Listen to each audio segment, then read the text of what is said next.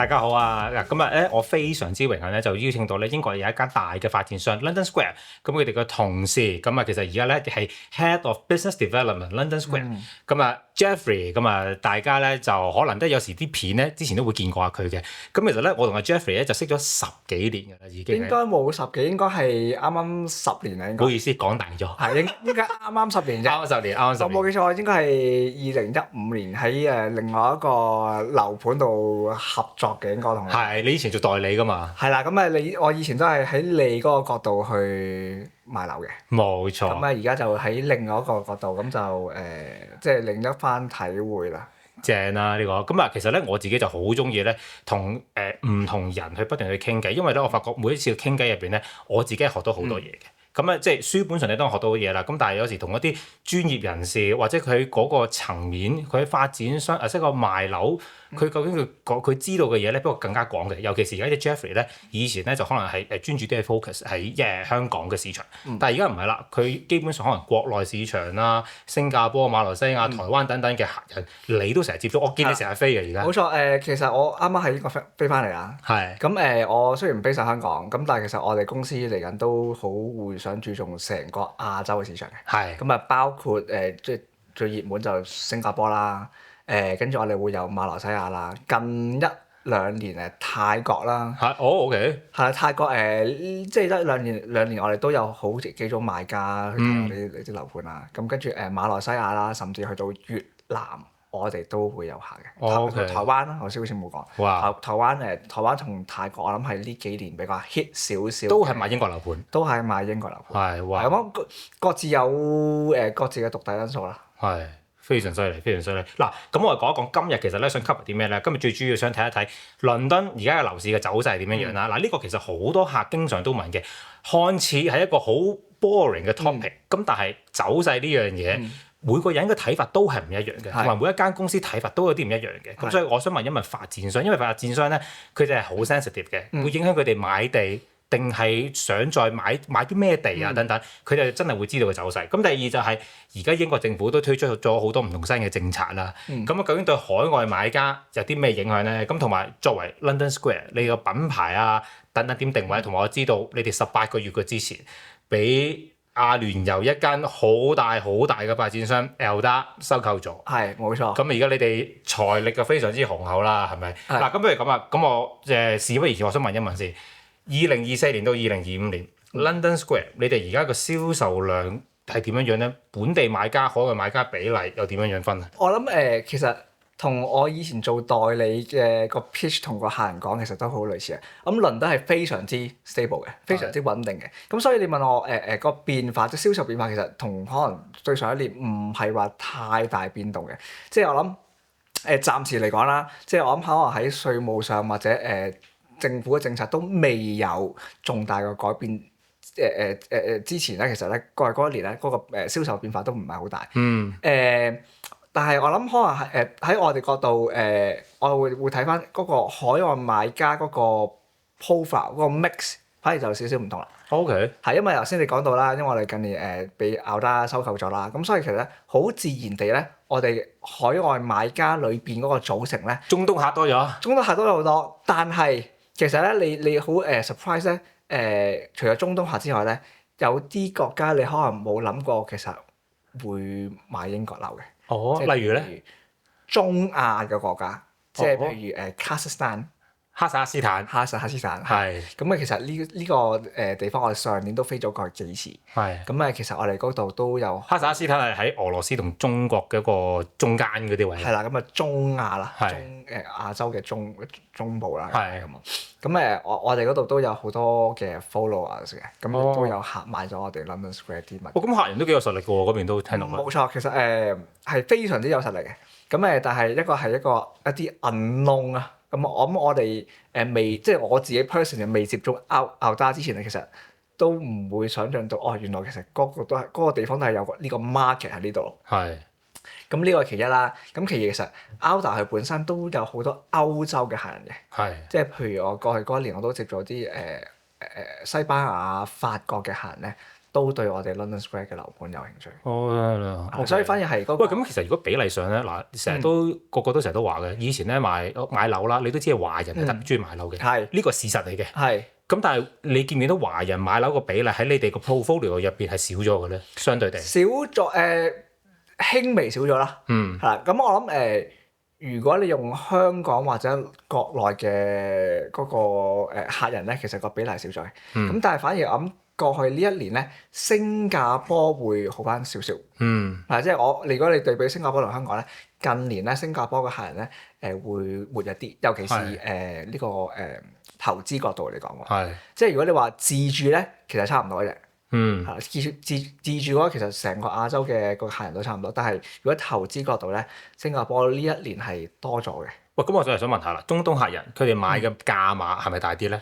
咁而新加坡客人，因為我知道我自己都接觸新加坡客人嘅，咁但係新加坡客人咧，亦即係喺我嘅心入邊啊，好老實一句，就係非常之識計數嘅，每一樣都計到盡嘅。哇，尺價要去最低，跟住之後咧個 rental yield 咧又要最高，咁樣樣咧佢哋先至會肯買嘅。係啦，中東嘅客人咧，我諗係咪疏爽啲咧？疏爽啲係一定嘅，咁但係未必一定買最貴嗰啲嘢。係，OK。係啦，咁所以因為我諗佢哋嗰個習慣，譬如即係分享多少少啦。我哋 Alda 賣樓咧就唔係好似我哋香港，我哋做開展銷會，可能租間酒店房去做嘅。咁佢哋個規模咧係會租成個arena 嘅，即係譬如好似香港成個亞博，佢係為咗租個紅館。我睇過，好鬼誇張，嚇親我喎，好似搞 show 咁樣樣。係啦，咁所以佢哋個客人就好自然地係會。好着啊，即係等於咩咧？差唔多等於係去咗啟德嗰個運動場，跟住搞場好大型嘅樓盤嘅推銷，係成個氣氛係好熾熱嘅，同埋真係好多人去嘅喎。係啦，都唔好講笑喎，真係好抌本嘅喎。嗱咁所以咁但係當然啦，佢哋即係同所有買家對人都好揀，即係佢哋都唔係蠢噶嘛。即係都好揀位置啊、價錢啊各樣，咁即係當然啦，佢哋睇啱就唔會扭零啦，即刻去搏數啦，即係唔會需要計到每一分每一毫咁樣去計數啦。咁但係係咯，即係如果你其他國家可能新加坡 even 其實台灣都係，台灣客人都好謹慎嘅。佢哋計數都計得好細緻。我知啊，傾好多次先至埋單嘅，即係喺我哋個角度，我哋見到。咁所以我哋某啲地域我哋可能要花多少少時間去。喂，咁我就想問啦，嗱，講開海外買家啦，嗱，你知英國政府而家就擺咗，即係你知英國政府佢哋而家嗰個財務狀況未算係最理想啦。咁成日都話要加稅啊等等啦。咁其實啱啱真係加咗稅嘅，我都事實承認係。咁對海外買家其實對你係有冇影響咧？其實我諗唔多唔少一定有嘅。咁尤其是係投資者。咁但係我覺得要睇樓盤咯。咁有時，譬如我哋有個樓盤係 Woolwich 啊，咁我哋今年年頭 launch 嘅。咁雖然你話即係加咗稅啦，即係喺嗰個第二個物業以上嗰方面加咗。你講得非常之好。其實佢咧，英國政府加咧，其實就唔係加緊海外買家嗰部分。海外買家嗰部分咧，佢冇加到嘅。好多人咧好 confuse 咁啊，當然啦，因為哇好多條文等等。而家加嗰個咧係講緊叫做 additional property。咁即係話你全球有第一間，你之後再買嘅第二間，嗰間就算係英國嘅第一間啊等等都好，嗰間咧就要再加咗上去啦。咁啊，而家係呢個情況。咁即係再拆開少少啦。雖然有咁政策啦，咁但係當然好多買家都好醒目嘅，即係可能用仔女名買啊，尤其是可能未香港未買樓嘅，咁啊用仔女買其實都慳咗好一大段，尤其是啲仔女喺英國讀緊書，真係又再慳翻。又計英國 residence 啊，即係我哋做代理都好醒目嘅。唔係淨係買家好醒目，我哋都知道點話俾你知，大概係行邊條 route 你慳得最多啊，基本上。係啦，咁即係講翻個影響啦，即係投資者某部分一定會有影響嘅。咁但係啱嘅項目咧，計到數咧，其實都啲客都會照高啊，係因為我諗即係用翻代理個角度去睇啦，我好多時候都 pitch 俾啲客。講就係英國物業係一個長線嘅投資，咁所以 over the long term 咧，嗰啲稅項其實攤翻可能10年8年咧，分別唔係咁大。其實講得啱啊！我哋以前咧，我哋見到好有啲叫做主動式嘅買物業收租嘅人。嗯。咁但係如果啲叫做被動式嘅，咩意思咧？被動式就係好多人咧，其實可能係玩唔同其他嘅 investment market，例如美股啊，或例如玩啲虛擬貨幣賺到錢。但係賺到錢之後咧，其實佢哋唔會有一部分嘅客人啊，我真係見到唔再 reinvest 佢哋本身玩開個市場，取而代之佢哋玩翻最傳統嘅市場，就最物業。呢個你又想我另外拆開另一個話題。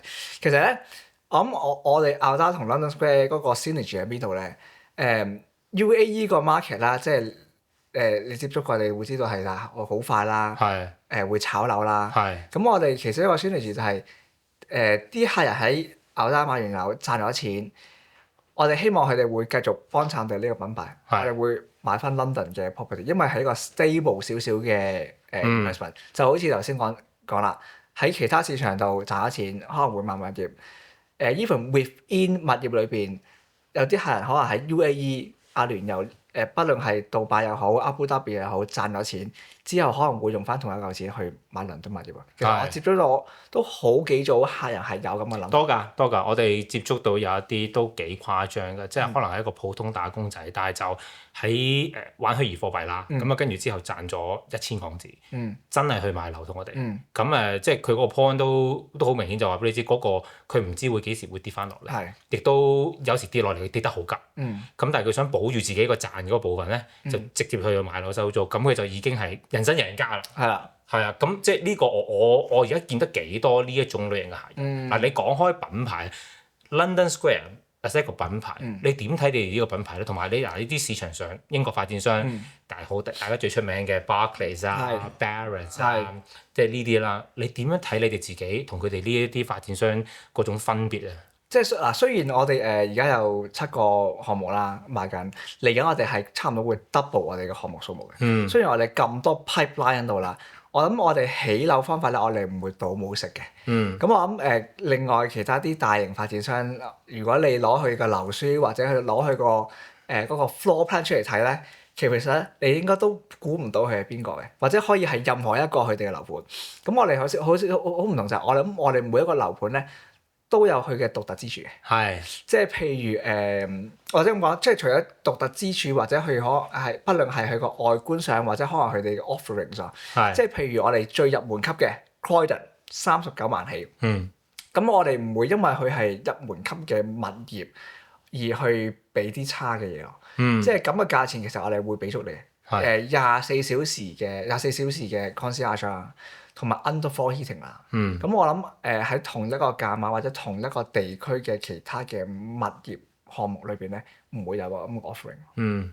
咁同樣地啊 Woolwich 差唔多價錢，最平嘅40.8萬，其實都會有咁嘅 top class 嘅。你同埋你講嘅一樣真係，因為其他好多啲大發展商好多啲項目其實咧影嗰棟 building 嗰時咧，我根本就唔知佢賣緊邊棟嘅，即係棟棟都差唔多。咁你哋嗰邊嗰啲貨咧就真係唔同啲嘅，但係當然啦，對於我哋代理嚟講係辛苦啲嘅，因為咧要 study 啲 floor plan 嗰陣時咧，我嗰時都記唔到嘅。咁但係有時同其他發展商做嗰啲係一樣㗎啦，你都知道一房550尺，兩房830尺，類似咁樣樣。但係你嗰啲唔係嘅，好彈性嘅。尤其是你哋而家有個新嘅，我都同你哋搞緊啦，即係喺 Kingston 嗰邊嗰個。冇錯。仲有個 listed building 喺度，咁啊更加唔同，即係係一啲叫做歷史嘅 building，唔拆得，入邊要轉做單位嘅時候咧，基本上每一個 layout 都唔一樣嘅。我諗都唔係你頭痕嘅，其實我哋喺發展商角度都好頭痕，因為我哋好難去。好多嘢做。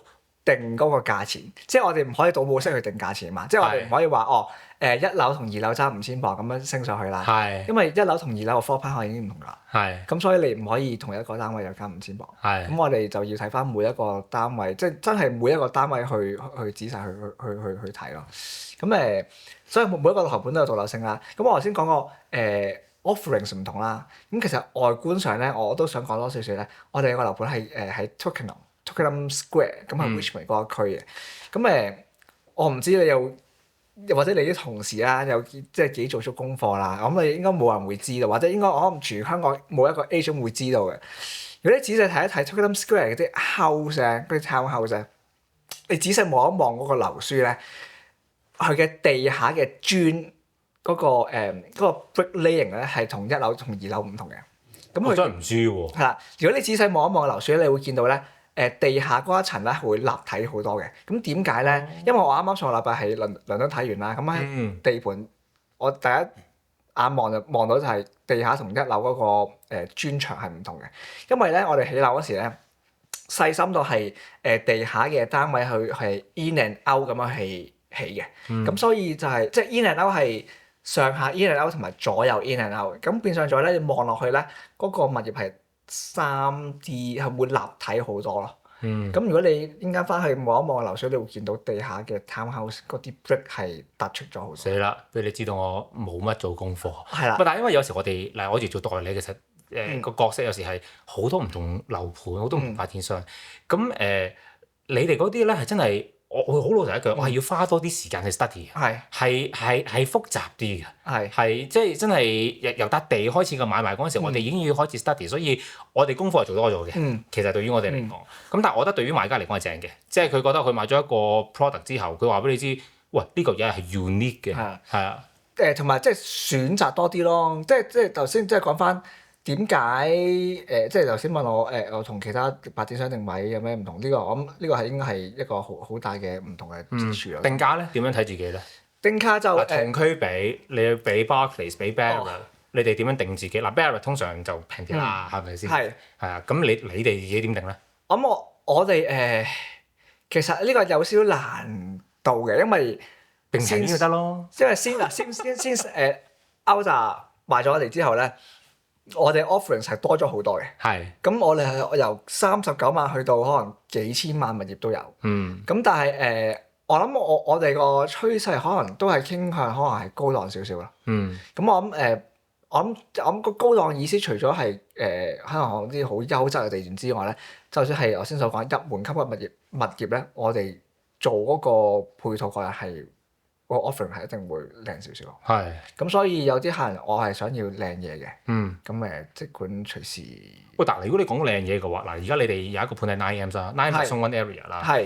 嗱 9M 咧就多國際係投資客知嘅地方，咁因為咧就真係講緊10幾年前又發展有 Battersea 啊，你之後嗰個 Power Station 而家又變咗 shopping mall 等等之後，咁個個都知呢個地方。但係其他啲地方，你哋有時買嗰啲地咧，即係老老實實，我有時睇落去，喂有啲偏嘅喎。即係會唔會影響咗海外買家去買嗰啲嘢嗰個比例咧？真係坦白講係有嘅，咁但係咧once 個買家去明白嗰個地區咧，佢就會即係見到嗰個 value 喺邊度咯。咁我舉個例啦，即係嗱，我哋有好多唔同樓盤啦，我即係講多少少，我哋有 Woolwich 啊、Croydon 啦，頭先講 Twickenham 啊，呢3個區域咧，其實我諗大多數睇開英國物業嘅客人都應該會大概知道嘅位置嘅。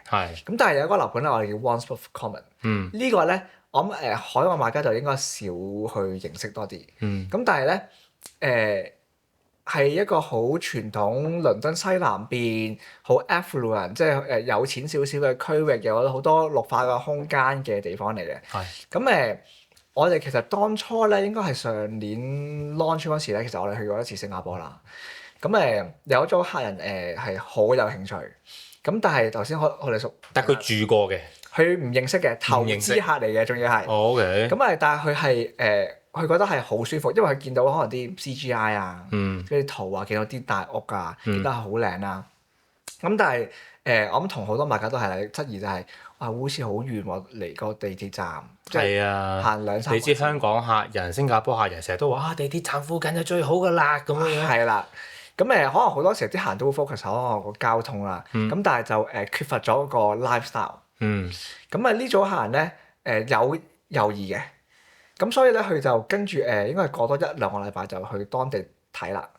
睇完之後就超級中意，因為你未去到，你唔會明白嗰個區係幾靚，或者嗰個 lifestyle 係點樣咯。咁佢睇完之後，其實見到個綠化環境好靚啦，校網好好啦，同埋行過車站其實唔係話你想象中咁耐咯。同埋你要明白英國人本身好多時候都話行半個鐘去火車站都唔係一個大嘅問題咯。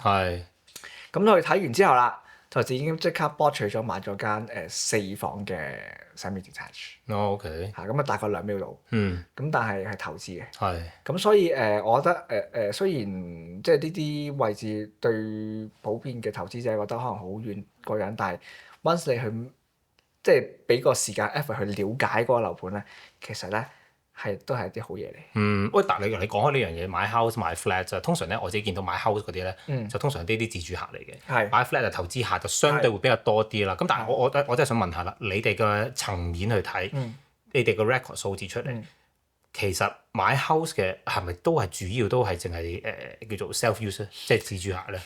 都係嘅，因為始終普遍嚟講啦，銀碼始終大啲啦。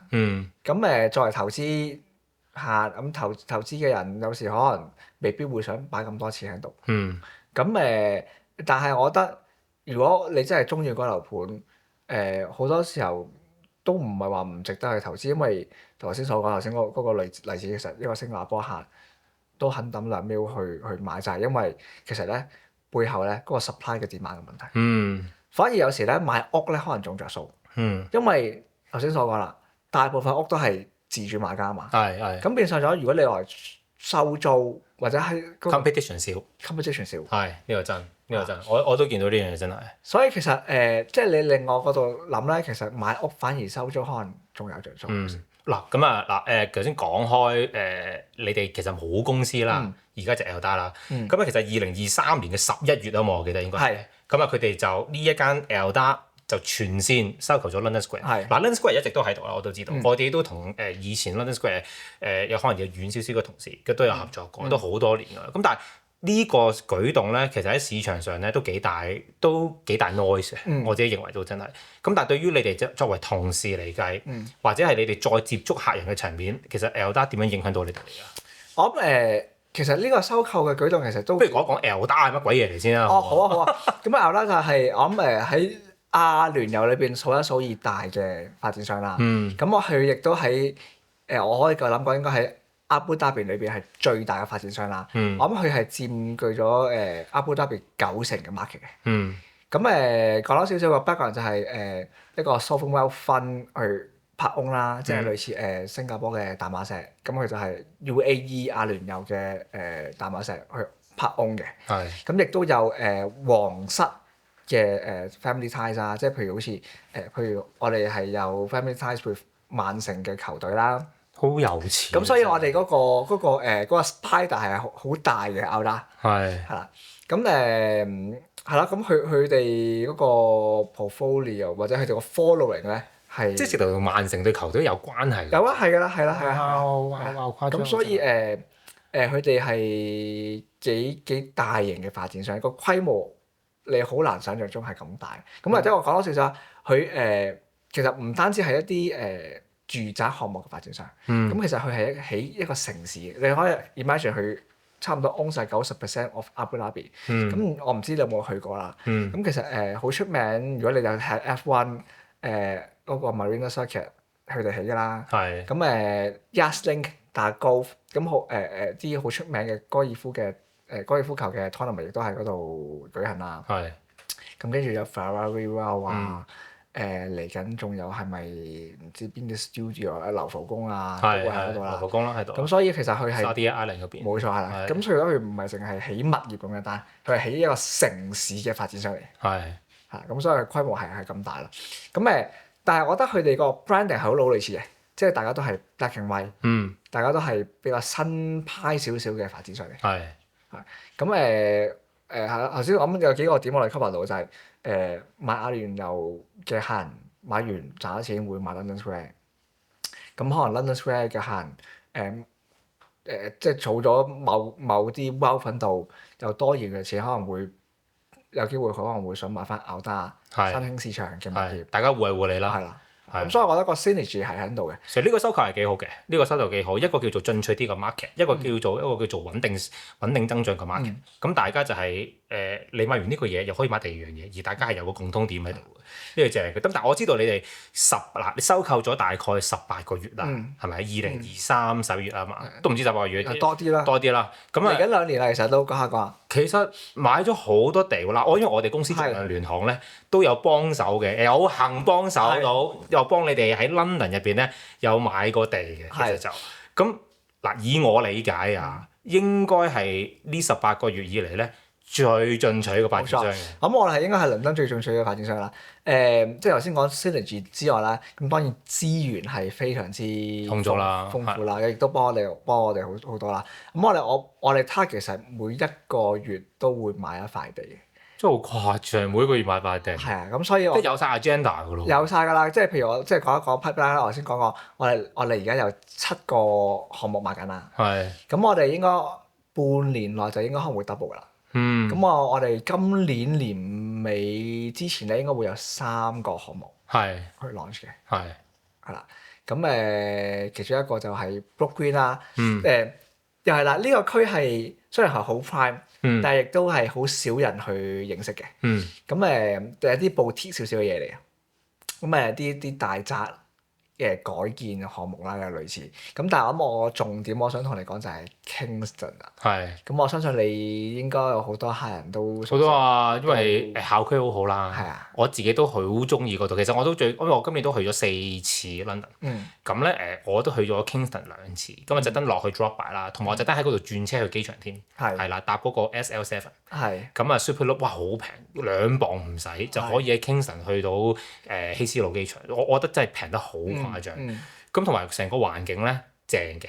出翻 London 咧，市中心咧亦都近嘅。咁我哋好中意，因為我同你一樣啦，有小朋友啊，係咪？咁我小朋友都今年4歲，你都係講學業啊呢啲嘢啦。嗱，你又曾經喺英國讀書，我都喺英國讀書。咁但係都第日希望有機會就 send 自己小朋友去英國呢啲地方讀書。咁我而家都好集中去睇一啲，以前我冇㗎，以前我都係睇。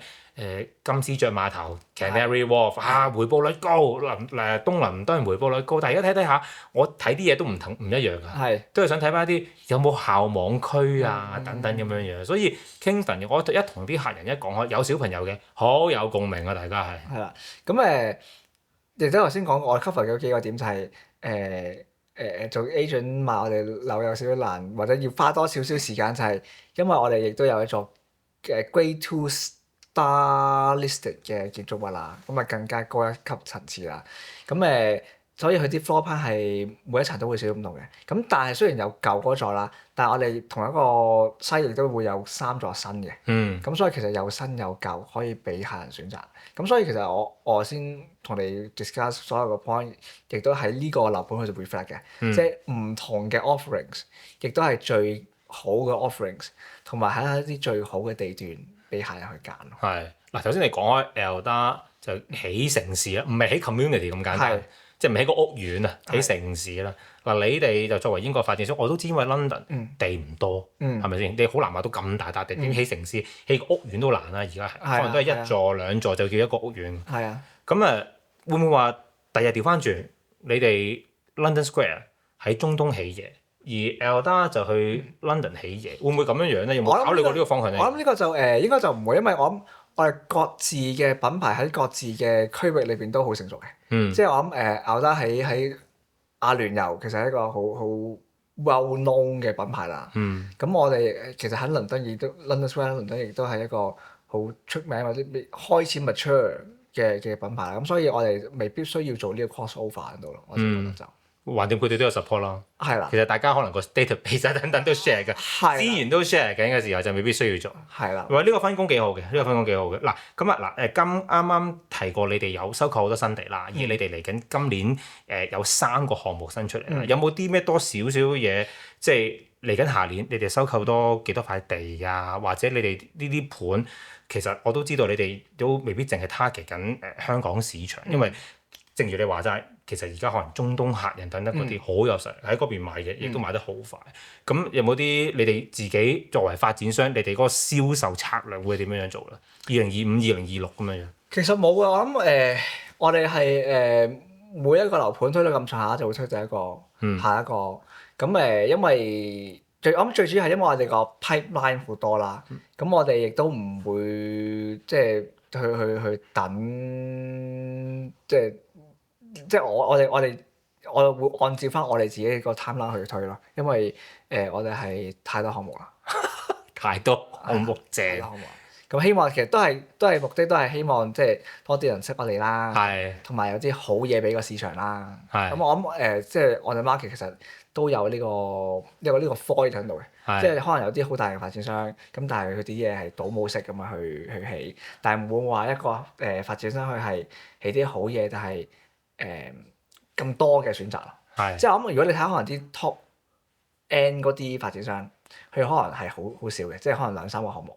但係唔會有10個8個項目，同埋亦都唔會 cover 到咁大個 market 咯。係，嗱我都知，頭先我嗰次講開啦，我都知你係代理啦，以前係，即係我識你嗰時係代理啦，係咪先？你梗有啲代理嘅思想喺度嘅，係咪先？其實好㗎，我覺得係好㗎，因為你會更加接觸到真實買家佢哋諗緊啲咩嘢，而你接觸過嘅，你亦都會將呢樣嘢話翻俾公司知道。冇錯。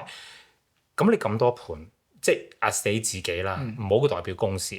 你覺得要買嘅，你買邊個盤？你自己，即係你推薦俾客人啦。你要做翻一個代理嘅時候，喺你公司嘅層面，喺你呢個 London Square portfolio，邊一個盤你覺得抵買啲？我自己咧就好中意 Twickenham 嘅，即係私心推介啊。因為即係不論你係買屋又好買 apartment 都好，其實佢哋有好好嘅選擇嚟。咁但係如果你問我啦，即係真係自住買嚟用咧，我係會揀 Wandsworth Common 嘅，因為我啲屋真係好靚嘅。你都中意屋嘅都係？因為我會覺得，如果我真係去英國住，因為喺香港住咗咁多年，你住 apartment 都住咗幾廿年都住夠啦，係嘛？咁所以我會一定會，如果自住啊，我哋會揀翻可能屋咯，因為佢啲屋其實係好特別嘅。我係調翻轉嘅，我喺英國嗰陣時咧，我同你講過喺溫布頓住過嘅，我喺溫布頓住過嘅。唔好意思打斷下，我冇講，我哋嚟緊溫布頓都有個樓盤嘅。係，我喺溫布頓住過嘅。咁咧，我住嗰個其實同你哋嗰個盤唔係爭好遠地方，係啊，行到過去。我以前係住 house 嘅，但係我係好唔中意 house 嘅人，即係我覺得呢個係每一個人嘅中意嘅嘢唔一樣。我唔中意打掃嗰個 garden，我覺得係好煩嘅。我係一個懶嘅人，我希望我翻到屋企下低有 concierge，跟住之後上到去咧啲嘢乾乾淨淨、簡簡單單，我唔需要個 space 好誇張地大嗰種。咁但係所以我係一個好中意 apartment 嘅人嚟嘅。明啊，其實even locally 咧，即係我哋如果睇啲客人咧，有啲可能我哋叫 downsizer 咧，佢哋可能好多時候都會揀翻 apartment。係因為唔想打理啊嘛，即係佢可能已經買間大少少嘅 apartment。Yes。咁所以我都真係百貨中百客啦。係呢個啱。喂嗱，問多你少少嘢啊，即係你係曾經做過代理啦，咁而家轉做發展商啦。即係阿死成個 career path 即係我知道好多人都中意知道，喂，究竟我哋做呢行嘅 career path 係點樣樣咧？你點樣由做代理轉到而家喺發展商度都做得叫 OK 啦，係咪先？都有成績啦。成個 change 係點樣樣？同埋你 enjoy 邊面多啲咧？其實冇咁改變係好自然嘅，即係我唔係特登去轉嘅。有人打俾你，俾多啲錢你就轉啦。唔係呢個就另外一個原因啦，即係唔係呢樣嘢，即係好自然地咁啊，因為即係講多少少啦，即係競爭對手可能俾競爭對手打敗啦，即係你啊，咁所以就冇辦法啦，咁啊舊公司就唔喺度啦，咁所以好自然地就轉咗發展商，因為發展商裏邊亦都係好多啲舊同事喺度嘅。係啦，咁所以其實係真係好自然，因為即係大家都可能合作咗咁多年，都知道大家嘅性格嘅。咁所以好容易就去 get along。咁當然啦，你要適應嗰個 speech 咯。即係我諗喺發展商嗰度就未必係對以客嗰個角度去出發啦。即係一定係為中意去發展商公司賺錢方法。咁但係頭先你都有 cover 到，就係我會帶俾發展商另一個角度係，我會知道啲客人點樣諗，所以譬如我哋可能設計啲 floor plan，就唔好設計啲奇形八狀嘅 floor plan 出嚟咯。喂，其實我有樣嘢真係好羨慕嘅，即係你問我希望我人生第日有機會有一日我都真係想試下喺發展商嗰個層面去做，因為你哋接觸緊嘅嘢同我接觸緊唔一樣。嗱，而家我接觸緊，我住香港啦，我成日都飛英國啦。咁啊，我都會去唔同嘅地方。咁但係我主要 target 嘅市場我自己啦，香港頂到盡去新加坡、馬拉。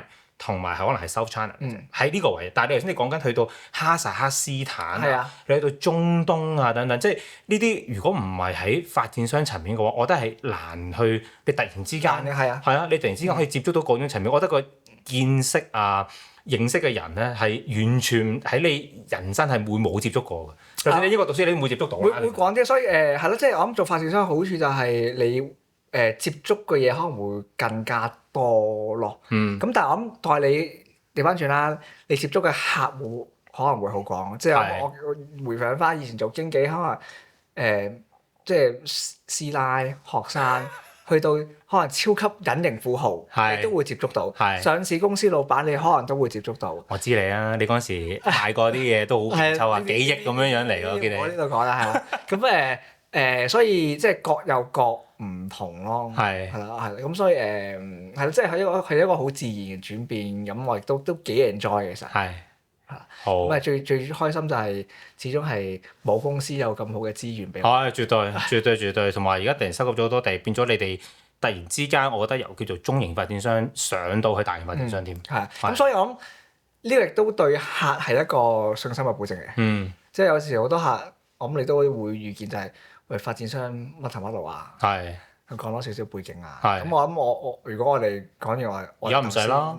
頭先 discuss 嘅嘢其實都而家唔使你叫啲客上網睇咯，自己揾 Elda 係邊個，或者可以隨時上嚟我哋公司都得。係冇錯，或者揾阿 Felix 約上我嚟。好啊，多謝先。嗱，今日咧我哋呢個 Chit Chat Session 咧就去到呢一度。咁其實咧我哋仲量聯行咧嚟緊同 London Square 咧係有好多緊密性合作。咁因為其實嚟緊佢哋有啲盤咧，我哋都會係去幫佢哋做代理。而嗰啲盤咧，老實一句，我自己都睇過，我覺得係正。我哋去現場睇過晒嘅。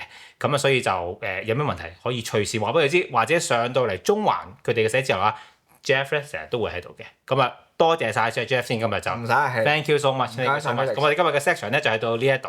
Thank you。唔該晒。拜拜。